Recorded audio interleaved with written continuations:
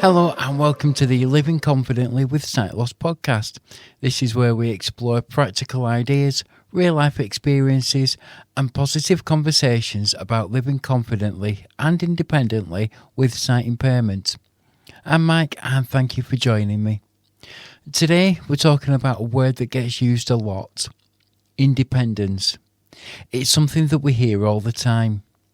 People talk about maintaining independence, losing independence, regaining independence, or even supporting independence.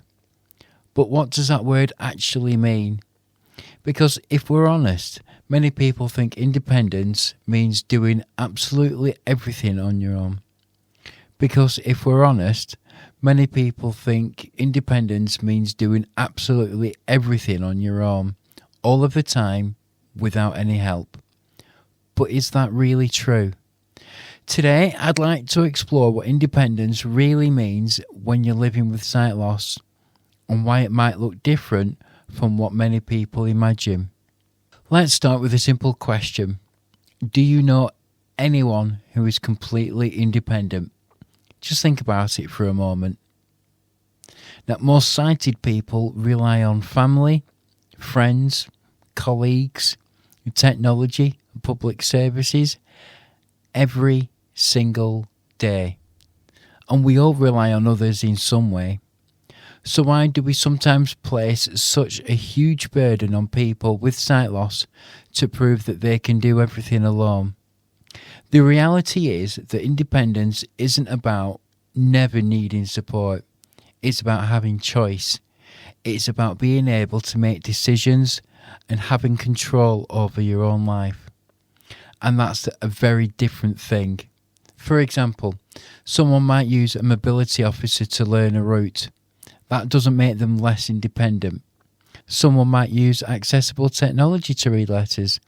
That doesn't reduce their independence. Someone might ask a friend for assistance with a task. That's not failure.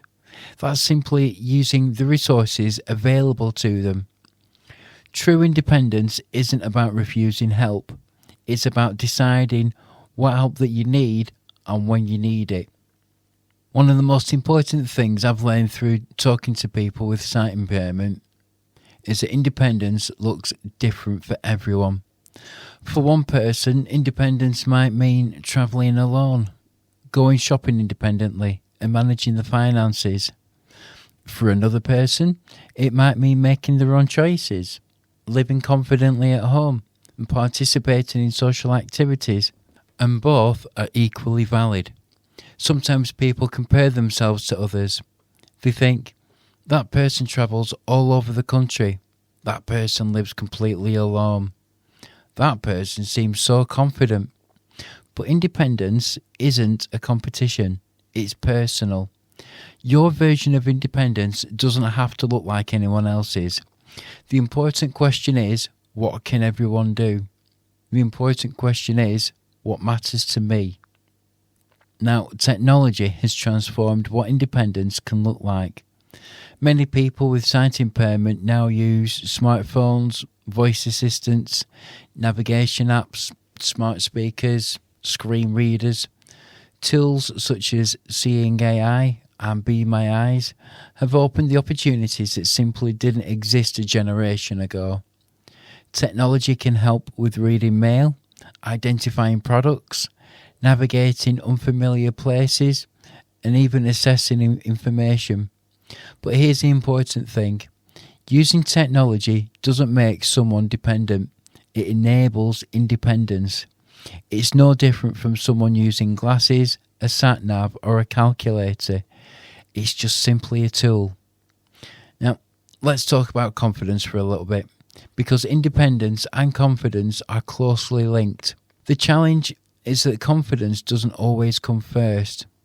Many people think, I'll do that when I feel confident. But often confidence arrives afterwards. You try something, you succeed, then confidence grows.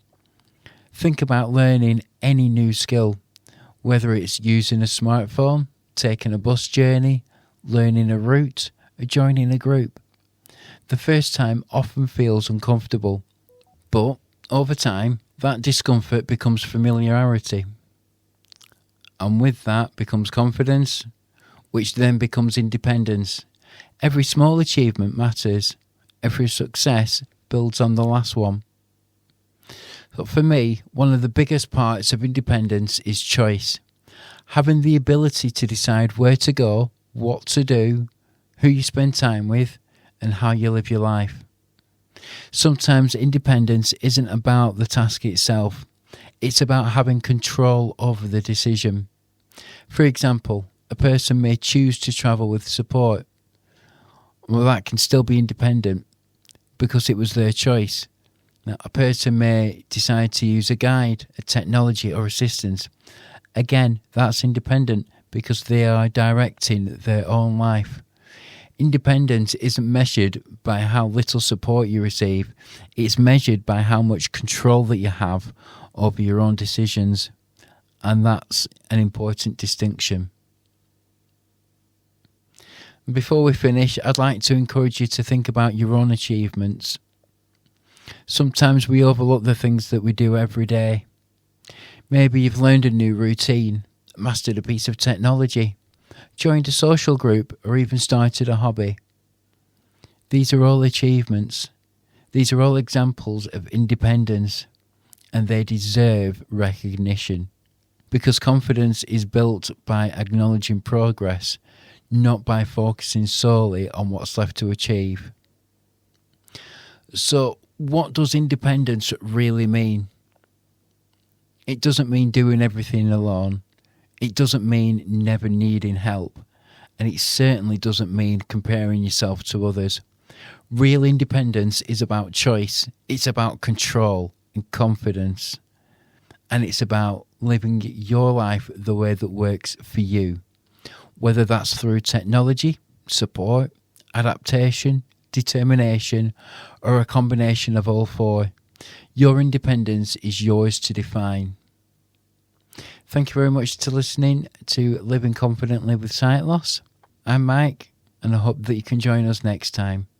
Don't forget, you can listen to any of the previous episodes of the Living Confidently with Sight Loss available on Spotify and on our YouTube channel. And until next week, take care. Just remember, independence isn't about doing everything alone. It's about having the freedom to live life on your own terms.